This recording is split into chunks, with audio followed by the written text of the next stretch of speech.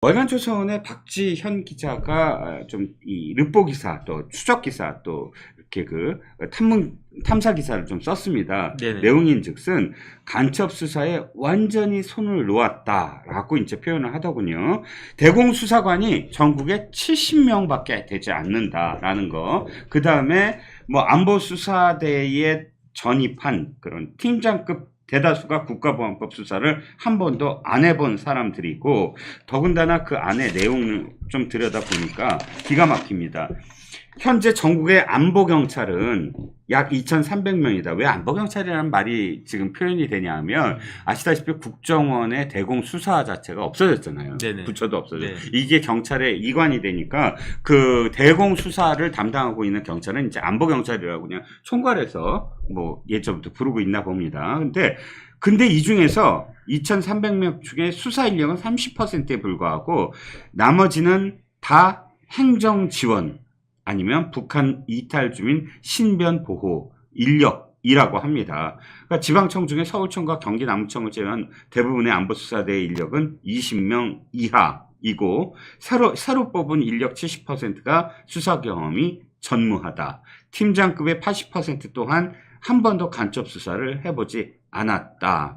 여기에 이제 국정원 쪽 얘기도 좀 들어갔는데, 네네. 국정원이 이제 함께 하잖아요. 함께 하기는 예를 들어서 뭐 협조를 한다거나 하면서 네네. 파견 근무도 하면서, 그런데 이게 자신들이 주도하고 처음부터 이 수사의 어떤 맥을 이렇게 주도하지 못하다 보니까 결정적으로 어떤 도움이 되지 않는 시스템 자체가 제대로 굴러가지 않는 그런 상황이다라는 걸 이 기사가 지금 아주 긴, 그러니까 다 취재를 하고 그 안에 있는 사람들 인터뷰를 통해서 이렇게 기사화했습니다. 네네. 그 국정원이요. 네네. 파트가 3개가 있었어요. 그렇죠. 그게 뭐냐면은 국내 파트, 네. 그 다음에 해외 파트, 네. 그 다음 대북 파트. 음. 그렇게 있었는데 지금은 국내 파트도 없어지고요. 네. 그 다음에 대북 파트도 없어진 거예요. 음. 그러니까 해외 관련된 일들만 해라. 국정원의 기능을 확 쪼그라뜨린 거예요. 그렇죠. 그래서 제가 국방부에서 근무하기 전까지는 네. 뭐 국정원 사람들 국내 정치 관여하고 뭐 그러면은 이게 뭐 되냐, 말이 안 되지라고 생각을 했는데, 네. 제가 막상 국방부에서 근무해 보니까, 그 다음에 제가 일했던 데가 주한미군 기지 이전 사업 하는 거니까 이게 범정부적인 TF팀이었거든요. 그러니까 우리나라 정부도 공무원들이 다 똑같은 공무원인 것 같지만 아니더라고요. 그렇죠. 왜냐하면 예. 국방부 공무원은 국방부의 이익을 위해서 일하는 거고, 음흠. 국토부는 국토부 이익을 위해서 일하는 거고, 네. 기재부는 기재부, 환경부는 환경부 다 따로따로 논다고요. 음흠. 이걸 총괄적으로 조정하고 그런 데가 몇 군데가 필요한데 그게 3개예요. 네. 하나가 청와대, 음흠. 또 하나가 국무조정실, 네. 세 번째가 국가정보원, 국정원에서 컨트롤 타워죠. 컨트롤 타워를 갖다 해야 네. 돼요. 제가 봤을 때 문재인 정권이 정권 뺏긴 이유 중에 하나가, 굉장히 중요한 원인 중에 하나가 네. 국정원을 제대로 이용하지 못해서 그래요. 음흠. 왜냐하면 국정원이 미리미리 정보 같은 거 쫙 해가지고 미리미리 사고 같은 것들을 잘 막고, 네. 사고가 일어났을 때 그거를 빨리빨리 수습할 수 있게 해야 되고, 네. 그래야 되는데 뭐 워낙 그 국정원에 대해서 안 좋은 이미지를 가지고 있고 하니까 그 순기능을 전혀 살리지 못했던 거 아니겠습니까? 그렇죠. 그러면서 거기에다가 아예 그냥 도장을 갖다가 대못을 꽝꽝 박아놓은 게 대공수사권을 박탈시킨 거잖아요. 그렇죠. 이거 누가 시켰겠습니까? 제가 봤을 때 네. 대공수사권이 없어짐으로 인해 가지고, 대공 그 수사권이 약화됨으로 인해 가지고 이익 보는 집단이 어디입니까? 북한이죠. 딱 하나밖에 없어요. 네. 그런데 이걸 갖다가 왜 이렇게 했는가? 저는 진짜로 너무너무 통탄스럽다라고 생각하는 게, 네. 이번에 그 총선에서 패해가지고 네. 그게 그렇죠. 너무 통탄스러워요. 그렇죠. 그래서 제가 다른 건 모르겠고, 제가 뭐 경제를 알겠습니까? 뭐 예. 문화를 알겠습니까? 예. 근데 제가 아는 거 뭐냐면은 결국은 그 검수완박 원복시켜야 되고, 검사들 잘 먹고 잘 살라고 그 원복시키라고 하는 게 아니에요. 예. 우리나라 그 기존에 있었던 시스템이 망가져 버렸으니까. 음흠. 그러니까 일반 서민들 잘 살려면은 검수완박을 되돌리는 수밖에 없다. 그거는 거의 대부분의 법조인들이 생각하는 거고, 그 다음에 국정원의 대공수사권도 회복해야, 그래야지 안심하고 살지 않겠습니까? 그래서 그런 거 하라고 요번에 국힘이 총선에서 반드시 과반수 가서 얻어야 된다라고 생각을 했는데 지금 이런 상황 같은 이런 상황이 초래돼 가지고 참 깝깝하다. 또 지금부터 4년을 갖다 기다려야 되는구나. 어쨌든 그런 생각을 하는데 근데 어쨌든 지금 우리나라의 현실이 이러하다라고 하는 굉장히 긴박하다라고 하는 거는 우리 국민들이 정말로 잘 아셔야 됩니다. 그렇죠. 제가 이 이슈 때문에 기사를 찾아봤더니 이런 기사들이 많더라고요. 문재인 정부 5년간 간첩 적발은 꼴랑 3건밖에 없는데 그나마 청주 간첩단은 전원 석방했다. 네네. 뭐 이런 기사들. 그런데 또 하나의 기사가 제목이 좀 짠합니다. 2023년 11월 월간조선 기사인데요. 간첩 짰던 국정원 요원, 전직 요원 5명한테 그 수사관의 삶을 이렇게 들어본 기사입니다. 제목이 아들의 이야기예요. 그러니까 아버지 직업난에는 언제나 무직이었고 순직하면 이름 없는 별, 그냥 그 무명으로 네네. 사라진다는 거죠. 이들이 울분을 토하는 건 이겁니다. 대공 수사권 폐지는 문재인이 김정은한테 건네는 선물이다. 이렇게 표현을 하고요.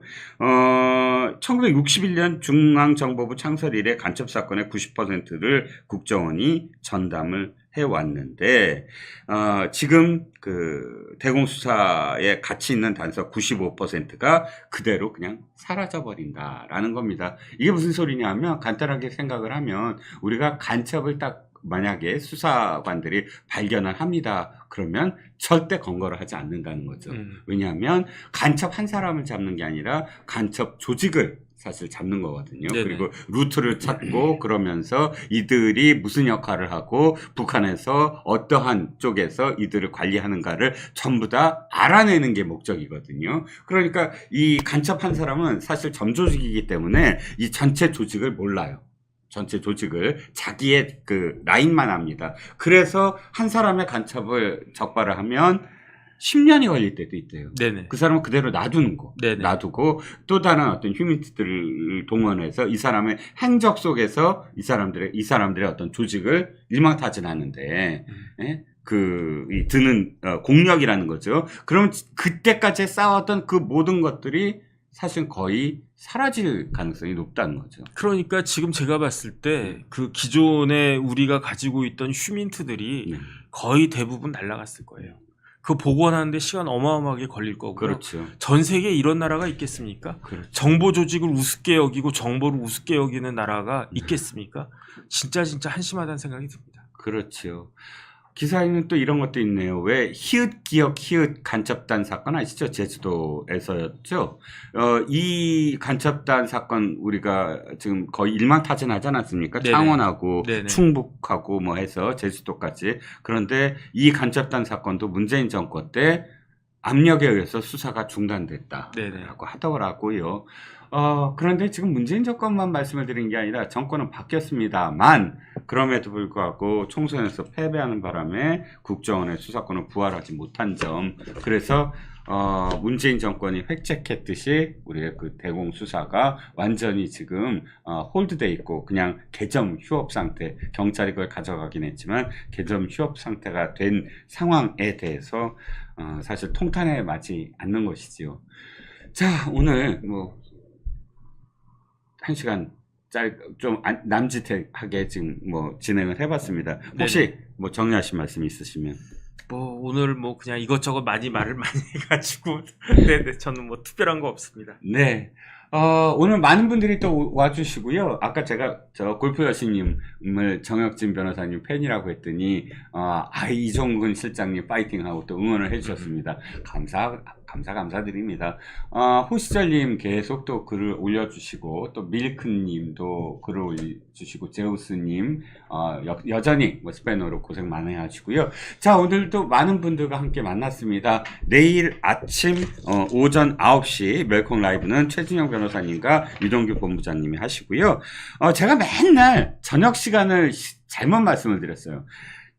오후 9시도 부탁드립니다 그랬는데 아니고 언제나 아시죠? 8시입니다. 내일 오후 8시 멜콩 라이브 저와 정준 변호사님이 네네. 함께 하시는 네네. 죠? 예, 화요일입니다. 내일 정법전과 이종훈이 함께 하겠습니다. 자, 끝나기 전에 환신 골드 한 말씀 드리려고요. 건강기능식품으로서 우리 멜콩 라이브를 후원해 주시는 애국기업이죠. 이번에 2+1 특별 이벤트를 한다고 합니다. 그러니까 면역력이 필요하신 분, 그 다음에 기억력이 감퇴되신 분, 전립선의 기능이 저하되신 분, 이런 분들이 아주 좋다고 합니다. 그러니까 이번에 2+1 이벤트를 참여하셔서 애국기업 환신골드가 만든 사비로 만든 책이 있습니다. 건국 대통령 이승만 1,2권 한지를 선물로 드린다고 하니까 이번 기회에 놓치지 마시고 010-9922 하나하나 사한으로 들어오셔서 이벤트에 참여하시기 바랍니다. 자, 오늘 월요일이죠. 월요일 2024년 7월 15일 월요일에 들려드린 정법전과 이종근의 멸콩 라이브 여기서 문을 닫겠습니다. 들어와 주신 분들 감사합니다. 네, 고생하셨습니다. 고맙습니다. 네. 펜실바니아에서 있었던 공화당 유세 현장에서 트럼프 전 대통령에 대한 저격 시도가 있었습니다. 깜짝 놀랐습니다. 1980년 레이건 대통령에 대한 총격 이후에 미국 대통령에 대한 또 한 40여 년 만에 총격이 아니었나 싶었는데요. 우리 또 외교안보 전문 기자라고 할 수 있는 우리 이영풍 기자님, 그 상황 어떻게 보셨습니까? 그 보시면은 이 총알이 말이죠. 뒤쪽에서 날아오더군요. 저는 앞에서 이렇게 쏘는 줄 알았는데 보통 영화에서 보면 앞에서 쏘잖아요. 그렇죠. 정면을 보고. 뒤통수를 노려가지고 아마도 이 트럼프 대통령 왼쪽 위에 있는 저기 어디 건물 어딘가에서 저격을 한 거죠. 지붕에서. 예, 그래서 이 총알이 그 나중에 보면 이제 속보로 이 사진 특종한 또 사진도 나와요. 이 트럼프 대통령 이 뒤쪽으로 총알이 날아가는 그게 사진이 찍혔어요. 그런데 트럼프 대통령이 왼쪽으로 고개를 돌리는 바람에 그렇죠. 산 겁니다. 이야, 그렇습니다. 이거 진짜. 그래서 제가 이번 코너의 제목은 God Saved Trump. 신이 구한 남자 트럼프였습니다. 이게 이제 그대로 있었다면은 뒤통수에 그렇죠. 저격을 당해서 아마 즉사했을 거예요. 마치 케네디 존 전 F 케네디처럼. 대통령처럼. 예. 존 F 케네디 그 영화 보면은 실제로 그 저격 당하는 장면이 영화에 나오거든요. 거기 보면은 이 뒤쪽에서 쏘죠. 왜냐하면은 이 사람의 경우에 뒤통수를 저격받으면 바로 즉사거든요. 그렇습니다. 뒤통수에 숨골, 손해가 있고 손해가 우리 호흡을 관여하기 때문에 그래서 우리 UFC 같은 거 할 때도 뒷골에 대한 그 뒤통수에 대한 타격은 반칙이거든요. 네. 왜냐하면 그건 생명과 직접 관계가 있는 것이고 결국 지금 이번 그 트럼프 저격수가 뒤통수를 노렸다는 것은 쉽게 말하면 한 방에 보내기 위한 치명상을 입히겠다라는 그런 의도로 읽히는 부분 아닙니까? 그렇죠. 그 총알을 보니까 8발 쐈다고 하죠. 그 총이 있지 않습니까? 그게 이제 미군 정규군이 쓰는 M16A2를 개량한 거, 민간형으로 그렇죠. 개량한 거예요. 우리 지금 현재의 군인들이 쓰는 것을 민수용으로 개량한 거예요. 조금 사이즈 작게 해서 한 건데 요게 제가 제 옛날 32년 전에 미군 부대 카투사를 근무할 때 쏴봤는데요. 잘 맞아요. 아주 잘 맞아요. 이게 정확도가 아주 좋아요. 그래서 그게 민수용으로 개발된 건데 그 총으로 8발을 쐈다고 하니까 제가 봤을 때 이 칸창에 있는 거 자동으로 해서 드르륵 갈겨버렸다는 그런 느낌이에요. 예, 근데 드르륵 갈겨버리면 정확하게 안 맞습니다. 그렇죠. 예. 한 발씩 쏴야 되는데 처음에는 한 방 쏘고 안 되니까 이제 드르륵 갈겼다라는 그런 느낌이 강하고 그것을 다른 지붕에서 지키고 있던 그 SS 스페셜 에이전트들이 또 저격을 해서 원점 타격을 해서 상황이 클리어됐다. 그렇죠. 그 사진 보면은 나중에 그 저격범, 사살당한 저격범이 참 이 친구가 이해가 안 되는 것이 21살이라고 하잖아요. 맞아요. 21살인데 그 총을 들고 그 건물 지붕입니까? 옥상 쪽으로 이렇게 기어서 가는 게 보였다고. 그 지지자들이 봤어요. 그래서 저거 이상한 사람인데 해서 동영상을 찍어서 또 이게 공개가 돼 있잖아요. 참 이상한 친구입니다. 그래서 보면. 미국 언론에서는 어떻게 표현을 했냐면은 마치 곰이 사다리를 타고 지붕을 올라가는 모습이었다라고 하면서 그 모습을 이 신고를 했었는데 다른 그 옥상에서 있었던 사람은 그 지붕의 각도 때문에 못 봤던 것 같다. 그런 그 평가가 나오더라고요. 그렇죠. 그래서 이제 지붕으로 올라갔는데 아마도 그럴 수도 있어요. 아마 그 경호팀의 일원이 아닐까. 그래서 약간 느슨해졌을 수가 있는데 결국 그 저격범이 이제 총을 발사해가지고 트럼프 대통령이 정말 저 세상으로 갈 뻔했습니다. 갈 뻔했습니다. 정말. 거의 저 세상 문턱 염라대왕하고 인사할 뻔했죠. 그러죠. 네. 그렇죠. 제가 이제 그 직감적으로 그 뉴스가 처음 떴을 때 이런 우리가 의심을 하죠. 트럼프 대통령이 뭐 조금 말도 좀 과하게 하고 액션도 좀 크잖아요. 그렇죠. 헐리우드 액션 좀 하잖아요. 예. 그래서 저기 설정된 건가? 그렇죠. 그래서 처음 사진을 보니 이 오른쪽 뺨을 이렇게 앞으로 핏줄기가 두 줄기로 이렇게 흘러내리는 걸 보고 참 이상하다. 총을 맞으면 보통 앞에서 맞는데 어떻게 그 단상 밑으로 내려가서 뭔가 이 색칠을 하고 왔나? 처음에 저는 그런 생각을 했어요. 순간적으로. 네네네. 근데 나중에 보니까 이 오른쪽 귀 위쪽이 총알이 스쳐가면서 혈흔이 생기고 예. 피가 흘러내린 그 예. 장면. 이거 진짜 상황이구나. 이렇게 느꼈죠. 그렇습니다. 사실 그 트럼프 같은 경우에는 여기가 펜실베니아 주였는데 사실 트럼프 같은 경우에는 유펜에서 그러니까 그 펜실바니아에 있는 유펜 뭐 전 세계에서 탑 중에 탑이 될 수 있는 학교에서 또 MBA를 했지 않습니까? 그렇죠. 자기의 네. 어떤 동문 수학했던 곳에서 이런 그 저격을 받았는데 지금 저격수가 총격범이 전국 수학 과학 장학금을 받을 정도의 어떤 그런 상당히 지적 역량은 탁월했던 사람인 것 같은데 그리고 또 요 사고가 있었던 그 도시가 서울로 친다고 하면은 분당 뭐 이 정도로 네, 해서 맞아요, 상당히 맞아요. 그 백인들 중산층 이상 사는 상당히 어떻게 보면은 그 소득 수준이 높은 지역이었다라는 평가를 듣는데 거의 외톨이에 가까운 그런 그렇죠. 생활을 했다. 어제 그 영상을 자세히 보시면은 유심히 보시면은 지지자들 중에 백인들이 많아요. 맞아요. 예. 예. 그러니까 도시 쪽으로 가면은 흑인 지지자들도 트럼프를 위해서 많이 나오거든요. 근데 어제 거기 보면 화면에 보면 백인들이 많죠. 백인들이 많고 이 저격범, 사살당한 저격범은 21세 청년인데 공화당원이고 현재 공화당원인데 학교에서 수학 과학을 잘해서 상도 받고 이런 친구인데 친구들이 없는 외로운 늑대. 외로운 Lonely 늑대. Wolf. 예. 외로운 늑대형의 스타일이다. 그래서 아마도 어떤 그 트럼프에 대한 안 좋은 인상을 가지고 있어서 저격을 하려고 시도한 것이 아닌가 이렇게 의심이 됩니다. 그렇습니다. 사실 이 부분과 관련해 가지고 그 저격 그러니까 비밀 요원들이 지금 거리에서 경호는 했지만 결국 이런 그 사전에 총이 발사되기 전에 이걸 막지 못한 것에 대한 상당한 또 비판도 있다라는 측면에서 이런 그 비판은 어떻게 생각하십니까? 이거 비밀 경호국이 사실은 드러나지 않게 VIP를 경호해야 되잖아요. 근데 그 문재인 정권 때 왜 문재인 정권 시장 갔을 때 이거 저 기관단총 보이고, 예. 국민한테 찍혔잖아요. 예, 맞아요. 예. 그건 비밀 경호국이 아니거든요. 비밀 경호국은 공개 경호국이에요. 완전히 그건 오픈된 아마추어죠, 아마추어. 예. 근데 사실 미국의 이 비밀 경호국은 뭐 영화에도 많이 보셨겠지만은 정말 그 VIP를 안 보이는 곳에서 은밀하게 1차선, 2차선, 3차선까지 있대요. 예, 예. 그래서 어제 그 영상에 나온 까만 옷 입고 선글라스 낀 그 사람들이 1차 저지선이고 2차, 3차는 건물 위에 이렇게 스나이퍼들이 있죠. 예, 맞아요. 그래서 저격수. 예. 혹시 뭐 누가 총격범이 보인다 이러면 바로 그냥 그 사건이 발생하기 전에 대응하는 것인데 이게 실패한 거죠.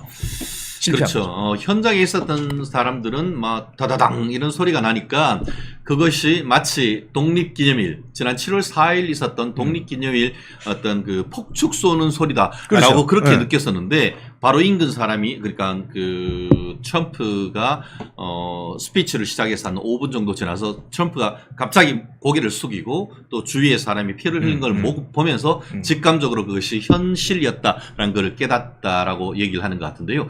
그리고 짧은 시간 내에 그 제가 영어로 된 걸 보면은 뭐 stay down 뭐 이렇게 해서 우리나라 말로 쉽게 말하면 수구리 예. 빨리 수구리 수구리라고 해서 그대로 수구리고 있어 이런 그 얘기를 하면서 그래도 많은 사람들이 그게 따라서 크게 동요하지 않은 모습이 있었는데 조금 뒤에 어떻게 보면 역사에 남을 명장면이라고 할 수 있는 것을 있는 이 그 AP Associated Press 그러니까 연합통신의 이 퓰리처 이 상을 받았던 사진상을 받았던 기자가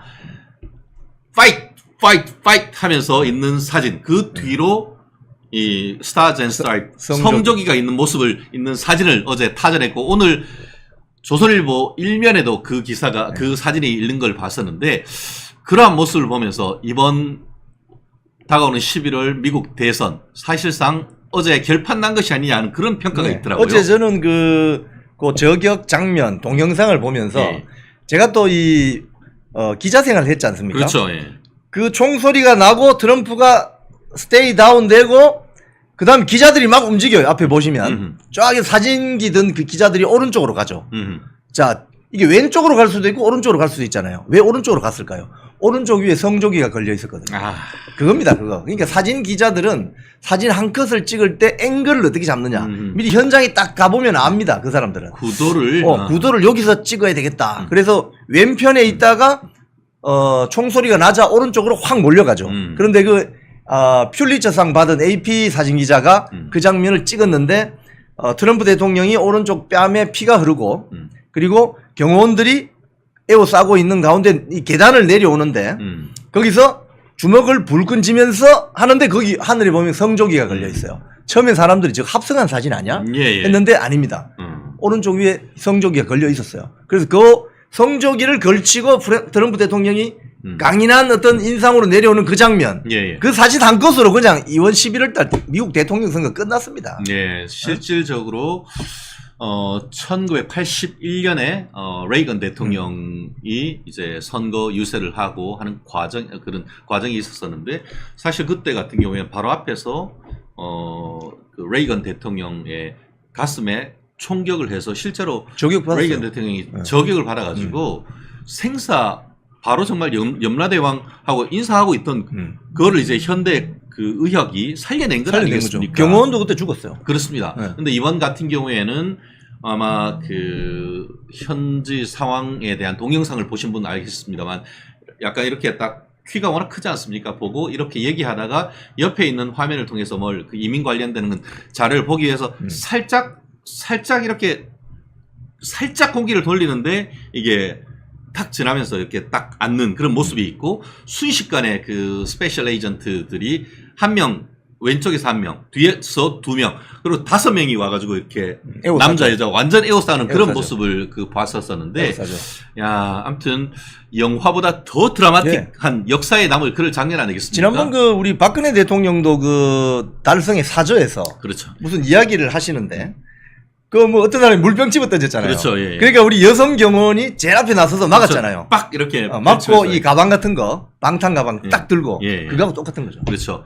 그리고 아까 좀 전에 기자님이 얘기하신 것처럼 이번 선거는 어제로서 사실상 결판이 난 것이 아닌가 하는 그런 취지가, 미국 1981년 대선 같은 경우에도 이 로널드 레이건 대통령이 저격을 당하고 살아나면서 8% 이상 거의 10% 가까운 지지율이 압도적으로 올랐던 것이고, 지난 박근혜 전 대통령 같은 경우에도 커트칼 어땠습니까? 커트칼 테러를 당하고 나서 대전은요.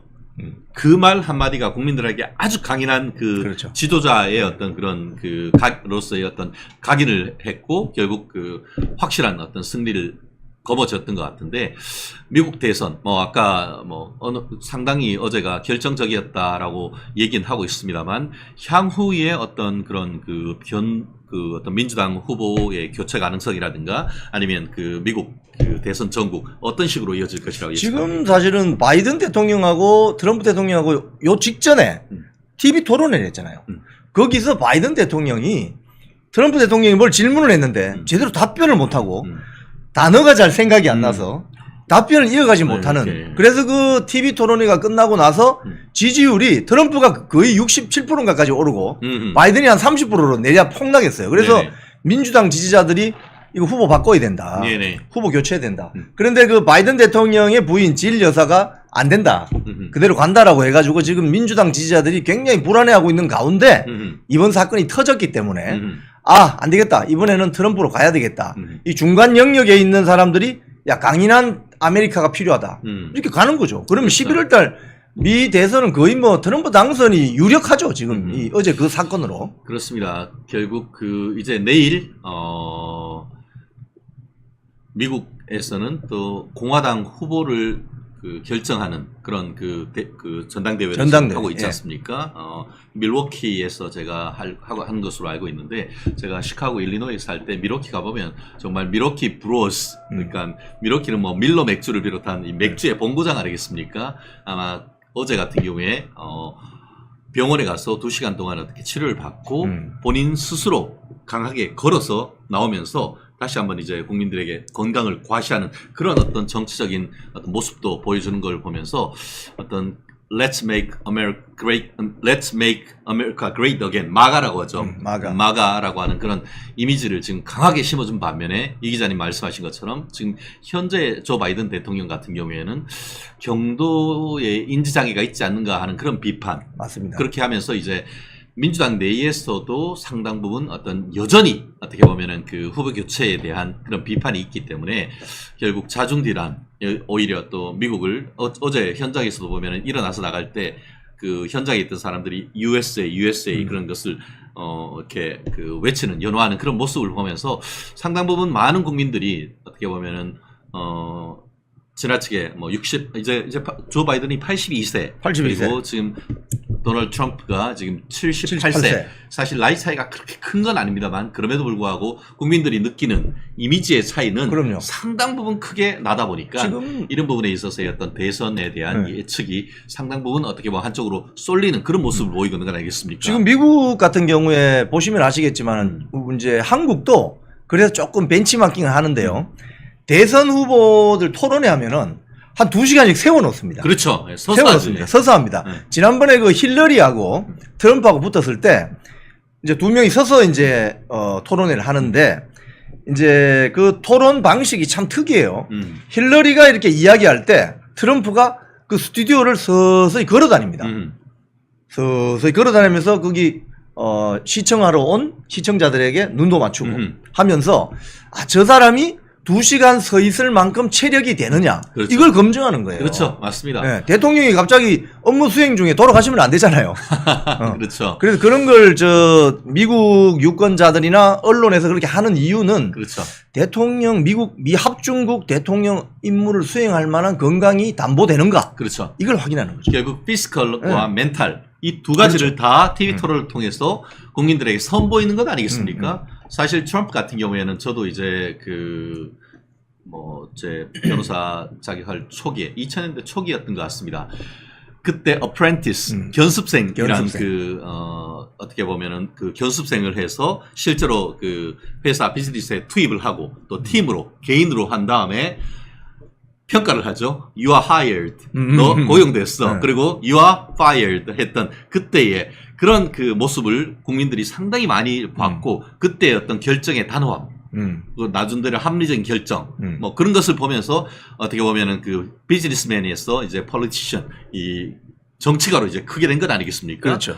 그런 이미지가 여전히 지금 남아 있었는데, 최근에 이제 그 미국이 상당히 경제적으로 어려운 그런 사정 속에서 다시금 이제 그 경제적으로 부활하는데 누가 책임자일까, 이런 부분에 대해서도 어떤 비즈니스맨으로서의 어떤 경력이 상당히 또 도움이 되고 하는 것 같아요. 그리고 그렇죠. 또 아까 있었던 그런 본인이 이제 총격을 받았음에도 불구하고 잠깐 기다려라고 하면서 이렇게 쇼를 하려고 하는, 그런 국민한테 보여주려고 하는 그런 모습 속에서 옛날에 그런 TV 토론회나 이런 것을 상당히 어떻게 보면 쇼맨십 같은 것도 있다, 그런 느낌도 있더라고요. 트럼프가요, 옛날에 아세요? 그 홈 언론이라는 영화에도 출연했습니다. 나홀로 집에. 나홀로 집에 그 출연한 장면이 뭐냐면 트럼프 호텔에 그 나홀로 저 주인공 꼬마 아이가 맥컬리 컬킨.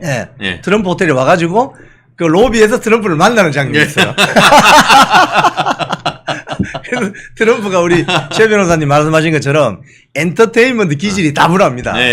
그러니까 본인이 이제 그 부상이 그리 심각하지 않다는 것을 스스로 깨달았는지 어쨌든 그렇게 긴급한 상황 속에서도 자신의 강인한 모습을 국민들에게 각인하는 이런 모습을 좀 보았고, 우리 도리맘님 말씀 그대로 까미어 출연인 것이죠. 이영풍 기자님 화이팅.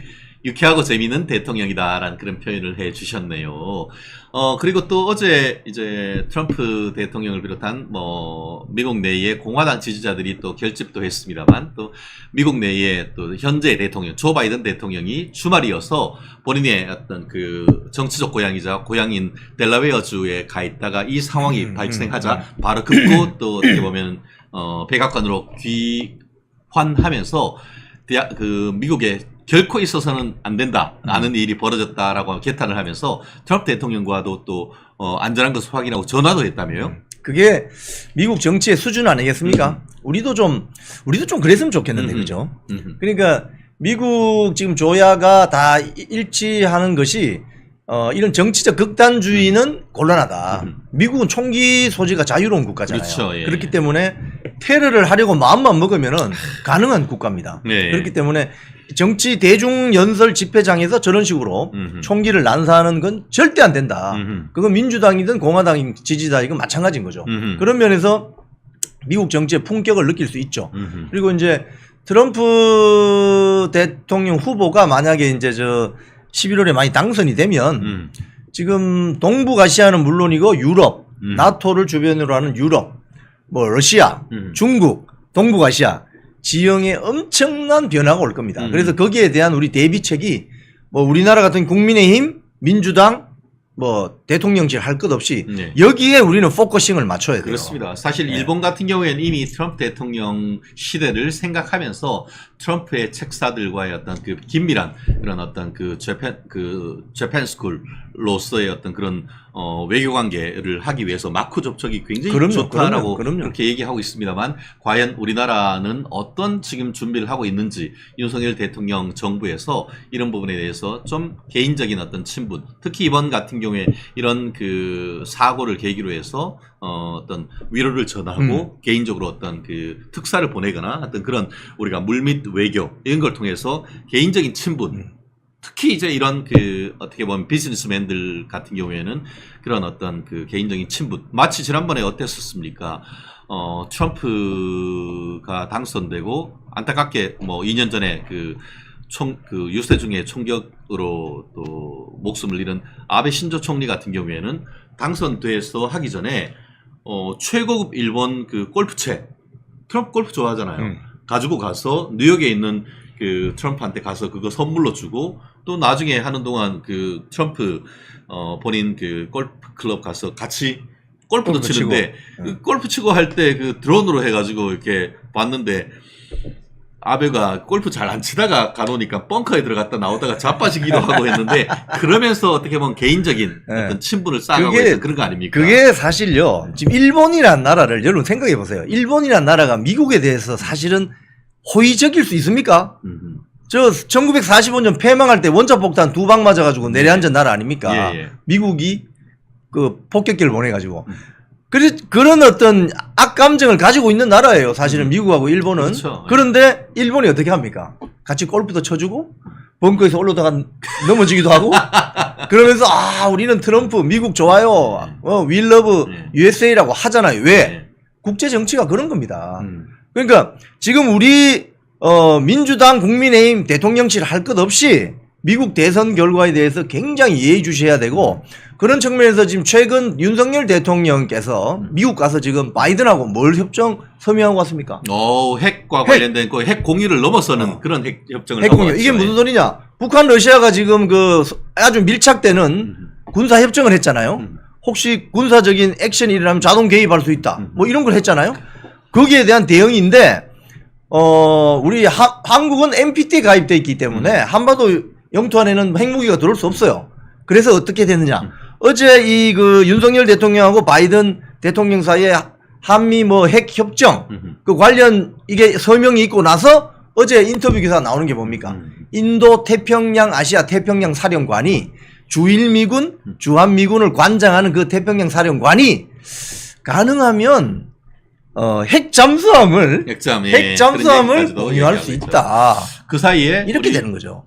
윤석열 대통령이 정말 이 트럼프의 어떤 피격 사건 직전에 미국 가서 바이든 현 대통령하고 핵 관련 한반도 핵 억제 작전 지침에 관한 공동 성명을 채택했는데 이거 완전히 신의 한 수입니다. 신의 한 수. 그러니까요. 우리 한반도 영토에 핵무기가 들어오지 않더라도 미 핵 잠수함이나 또는 그런 이야기도 있더라고요. 우리 디젤 잠수함에 한국군의 디젤 잠수함에 어떤 장치를 해서 이 잠수함은 물 밑에 들어가 있기 때문에 그렇죠. 이게 어디 있는지 알 수가 없어요. 이게 더 무서워요, 사실은. 그래서 동해 어딘가에 미 핵 잠수함이 왔다 갔다 하다가 혹시 북한 쪽에서 핵무기를 쓰려고 한다 이러면은 가만두지 않겠다는 경고를 한 거잖아요. 그렇죠. 예. 그러면 핵무기 못 쓰죠. 그렇죠. 핵무기 못 씁니다. 그렇습니다. 지금 우리 윤 대통령은 우리 댓글도 씁니다만 외교 천재라고 얘기를 들을 만큼 문재인이 완전히 망가뜨려 놓은 한미 관계 또 한일 관계를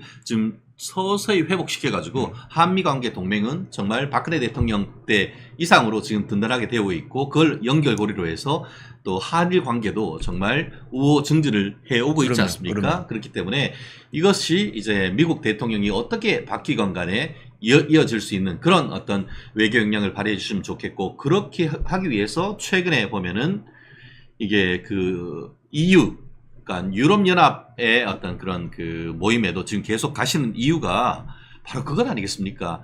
지금 북한하고 러시아가 지금 밀접하게 밀착하고 있지 않습니까? 사실상 예전처럼 조로 군사 동맹 수준 그 이상으로 지금 그렇죠. 격상돼서 무력 충돌이 있을 때 자동 개입하는 듯한 정도의 어떤 걸 하고 있는데 이 상황 속에서 미국하고의 관계가 강화된다고 해서 해결될까요? 오히려 크렘린 궁 바로 코앞에 있는 것이 유럽입니다. 유럽이죠. 그렇기 때문에 한국과 유럽과의 관계를 긴밀하게 해놓으면은 북한과의 긴급 상황 속에서 유럽 전선에 대해서 어떤 자기들이 러시아가 긴장 관계에 있기 때문에 쉽게 우리 한반도의 전쟁에 개입하기 어려운 그 린치핀 내지 그 지렛대를 이유로 가지고 있지 않습니까? 그게 그런 지금 전략적인 목표로 당연하죠. 윤 대통령이 뛰고 있는 건 아니겠습니까? 이게 아마 저 문재인 대통령 때는 네. 상상을 못했던 일이에요.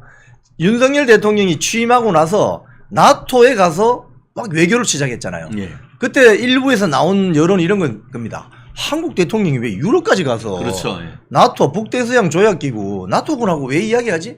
자, 그런데 그때 이미 훨씬 전부터 독일, 영국의 구축함, 군함들이 아시아 지역에 오기 시작했어요. 왜 그런지 아세요? 지금 어제 보도 나온 걸 보면 일본하고 독일이 군사 협력을 강화하기로 했습니다. 독일군은 군대지만은 일본은 군대 아닙니다. 자위대입니다. 예. 이게 뭐지? 이거 80년 전에요. 2차 세계대전 때 예. 독일, 이탈리아, 일본이 3국 동맹을 맺은 적이 있어요. 추축국. 예. 예. 그래서 동맹이. 자기 나라에 전쟁 나면 도와준다. 예. 즉, 이 말은 무슨 말이냐면 독일의 입장에서는요. 폴란드만 지나면 바로 러시아잖아요. 러시아의 힘이 유럽에서 커지면 제일 경계하는 나라가 독일입니다.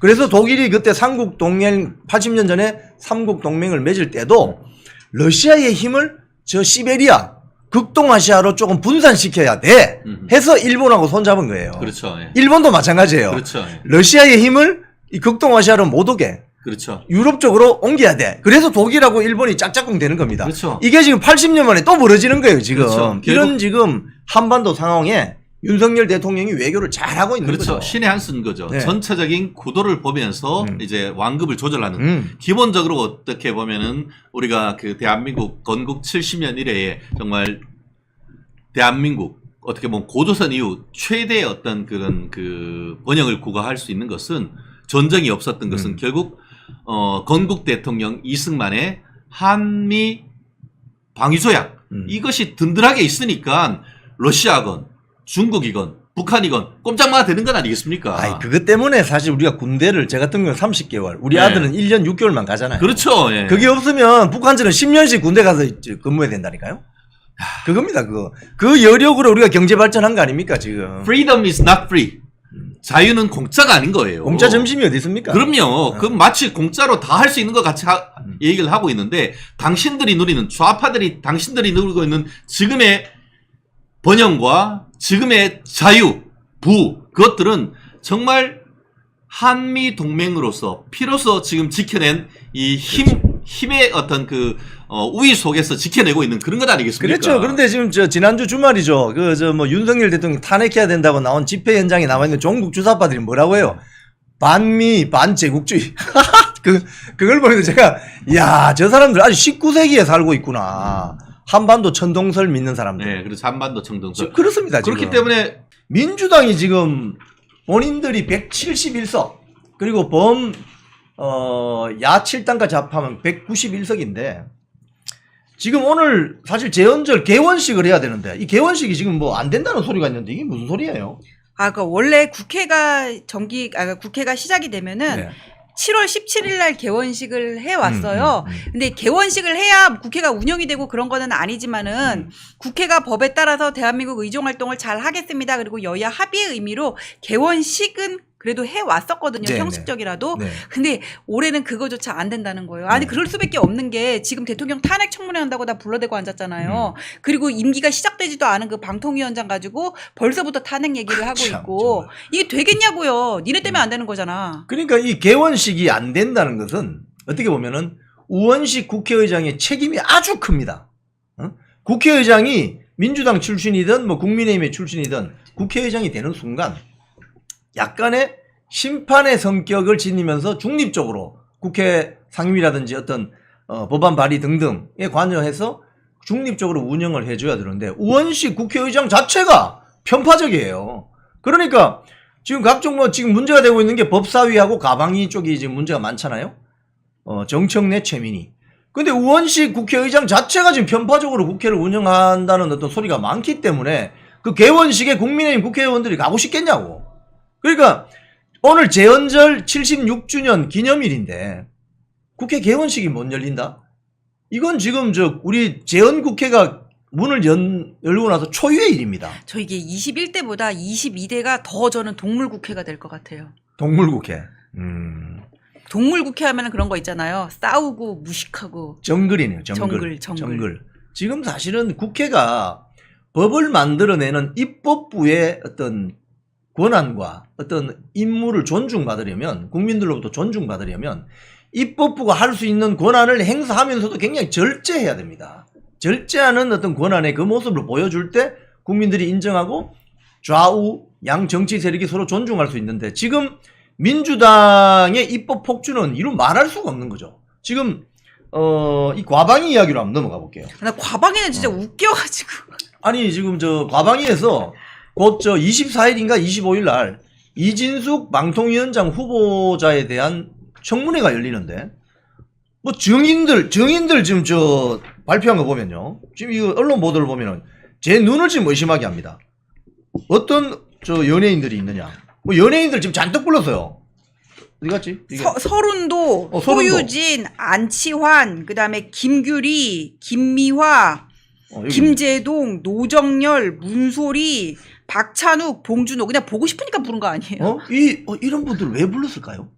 그러니까 지금 이 분들 보면은 그 소유진 씨는 잘 모르겠는데 뭔가 네. 문화예술 편가르기 그래가지고는 방송 활동과 관련해 가지고는 어떤 특정 진영에 있다는 이유로 뭐 탄압을 받았던 사람들 저는 이런 의미로 부른 것 같거든요. 지금 보면 강성범, 김규리, 김미화, 김재동, 문소리 뭐 이런 사람들은 사실 문재인 정권 시기에 뭐 KBS, MBC의 메인 프로그램을 맡았는 사람들. 그리고 김규리 씨는 뭐 대종상 영화제 그거 진행까지 같이 해서 그거 그죠? 원래 김혜수 씨가 하는 건데. 그래서 이게 쉽게 이야기하면 이제 프레임을 어떻게 짜느냐. 문재인 정권 때 뭐 KBS, MBC 주요 프로그램을 맡았는데 윤석열 정권이 들어서자마자 다 잘렸어. 이거 아닙니까? 연기를 못해서 잘린 거지 왜? 그렇지. 연기를 못했거나 편파적이어서 잘린 거거든요.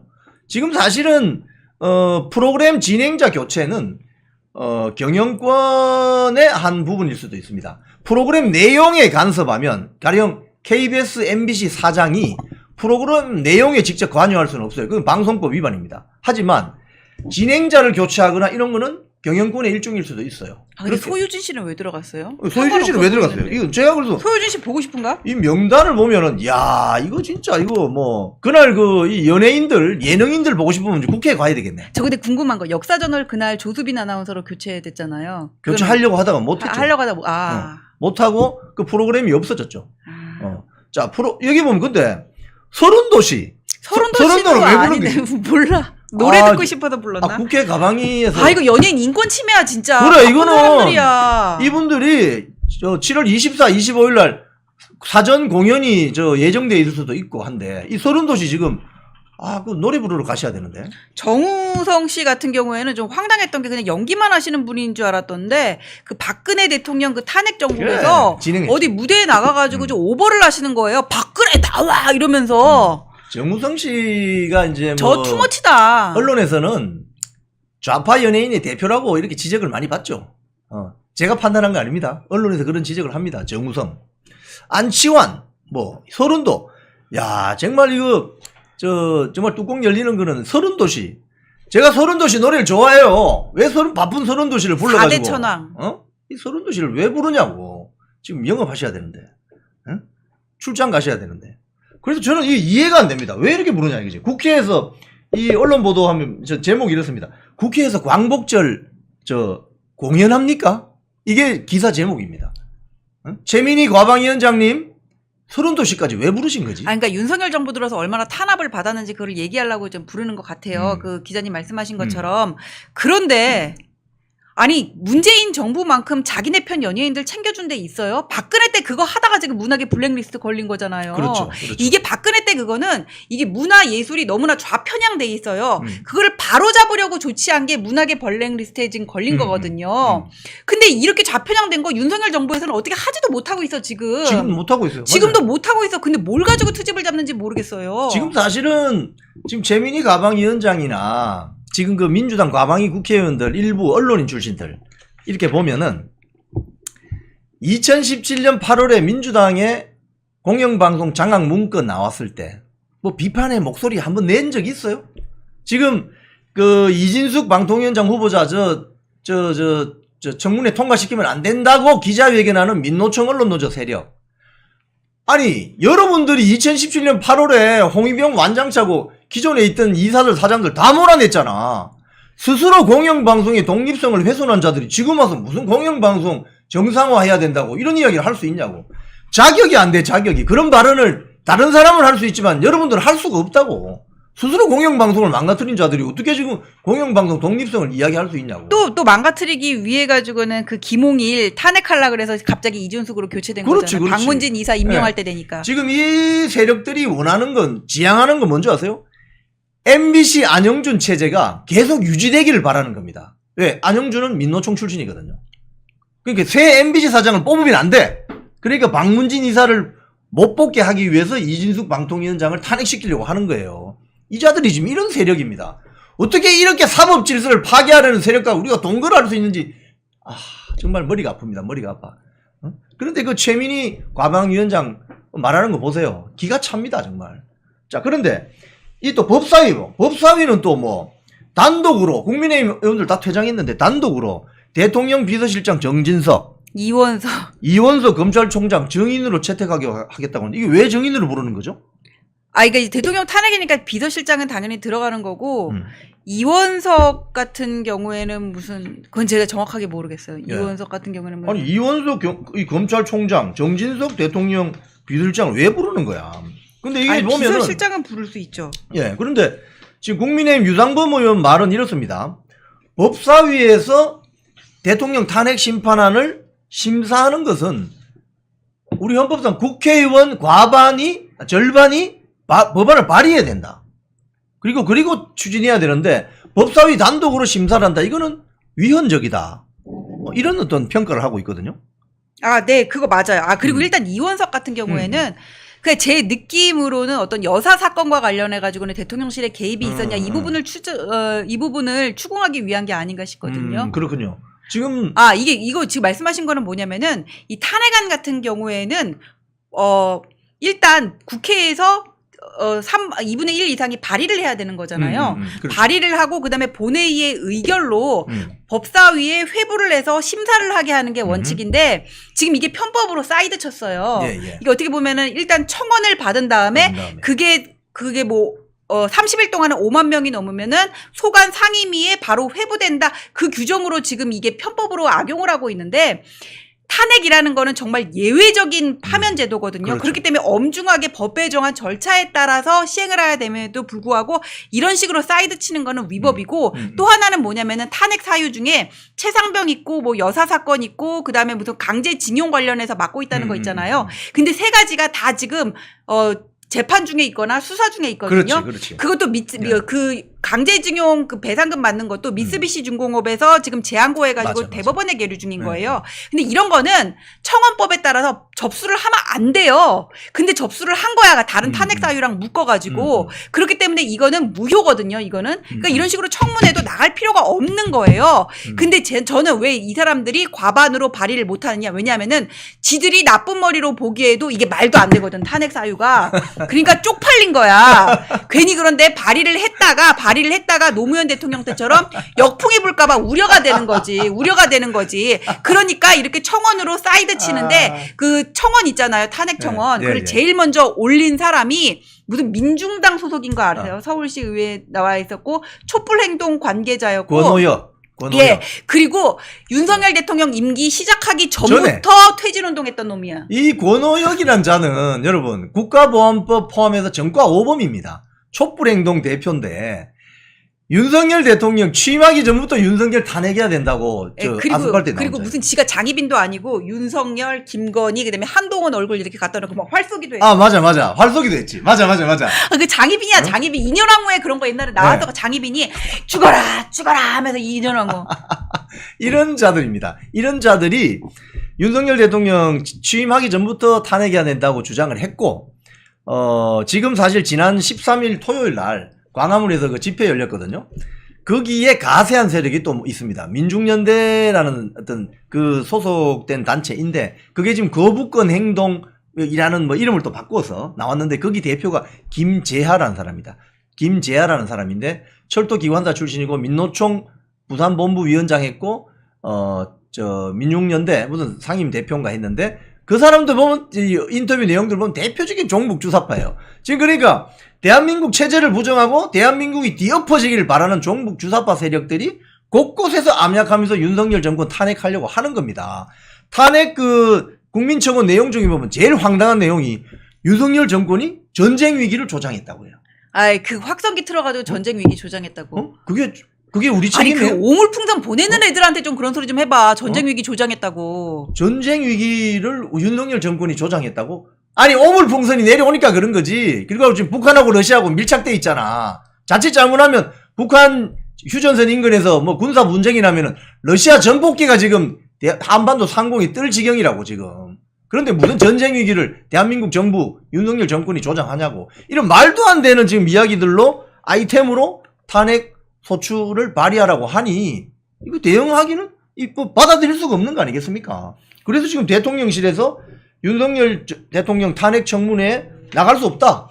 이거 위헌이다, 불법적이다. 이렇게 지금 대통령실이 나오는 거죠. 근데 그랬더니 그때 제가 아마 지난주 금요일이었을 거예요. 오전에 그러니까 용산 쪽에 갈 일이 있었거든요.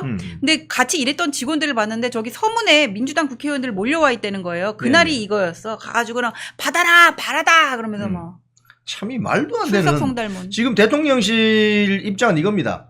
위헌적이고 불법적인 탄핵 청문회에는 응할 수 없다.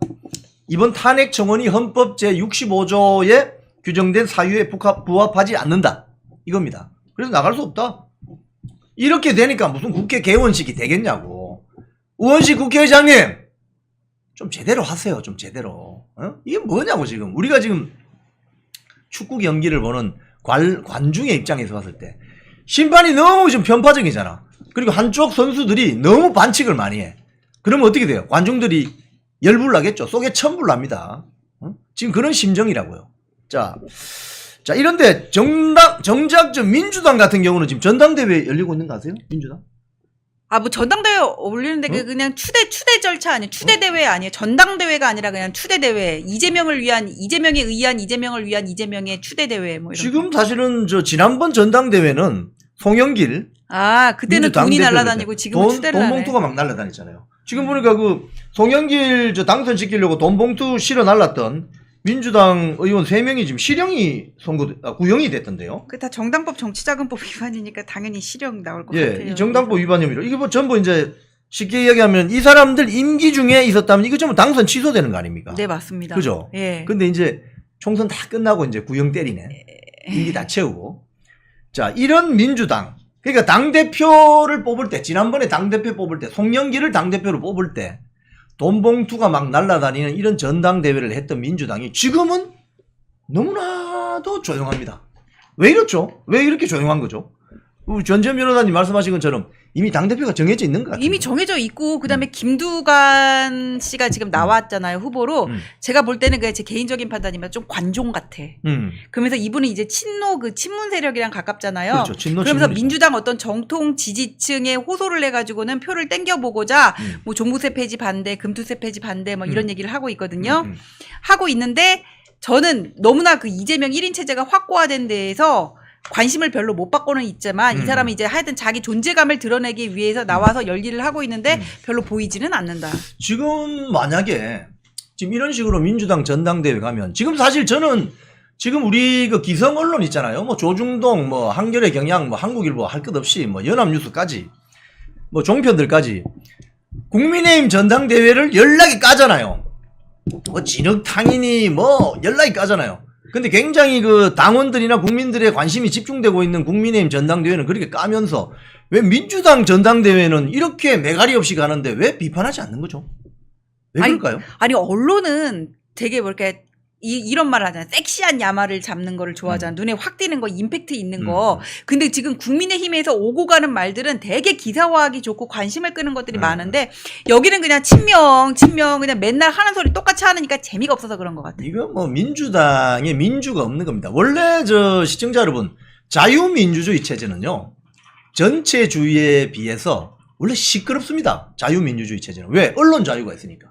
그래서 많은 의혹을 제기하고 어떤 선출을 할 때, 선출직 지도자를 뽑을 때 후보 검증을 하는 절차가 있는 거예요. 그래서 시끄러운 거예요. 그게 자연스럽고 좋은 겁니다. 그런데 이 지금 기성 언론이 국민의힘 전당대회는 뭐 온갖 걸로 이렇게 막 기스를 내고 소위 말해서 언론개용으로 조져대지만 민주당 전당대회 너무 재미없어 이거 좀 재미있게 할 수 없나? 지금 그 김두관 쪽에서 이런 이야기를 해요. 아니 당원들이 투표를 해야 되는데 후보자의 연설도 못 듣고 지금 투표하기 생겼다. 이야기가 있거든요. 무슨 소리냐? 인천광역시 권리당원들은 7월 20일 오후 4시부터 시작하는 연설회를 듣기도 전에 19일부터 20일 오후 6시까지 투표를 해야 된다는 거예요. 그래서 이재명, 김두관의 연설을 듣기도 전에 투표해야 돼요. 그럼 어떻게 판단하냐고. 이건 너무 불공정한 거 아닙니까? 이재명 당대표 만들려고. 참 이해가 안 되는 거네. 이거 이런 식으로 근데 정견 발표 들어도 어차피 결과 똑같으니까 그런 거 아니에요? 아, 그런가요? 이미 정해져 있구만. 들을 이미 필요도 어차피 없어. 대표는 이재명이네. 나는 아니 막 이렇게 사회주의에서 막 들어보면 딱 박수 치고 다 누구를 뭐 대표로 선출합니다. 딱딱딱딱 박수 치고 그냥 다 보이게 공개 투표하잖아. 나 그거 같아. 아니 전체주의 체제는 이거 빨간 딱지 있잖아요. 공산당원증. 아. 빨간 거 들고 있다가 자 100% 투표 참가했습니다. 동무들 박수 치라오. 박수 치라오. 하고 딱 그거 같아. 자 그다음에 홍길동을 당 대표로 선출했습니다. 이러면은 전부 무표정이에요. 표정이 없어요. 그리고 빨간 당원증을 이게 들죠. 이게 전체주의 국가입니다. 전체주의 국가 여러분. 전체주의 국가 그 전당대회 할 때 보셨어요? 표정이 없어 사람들이. 표정이 전혀 없어. 그러면서 이게 들으면 거수기.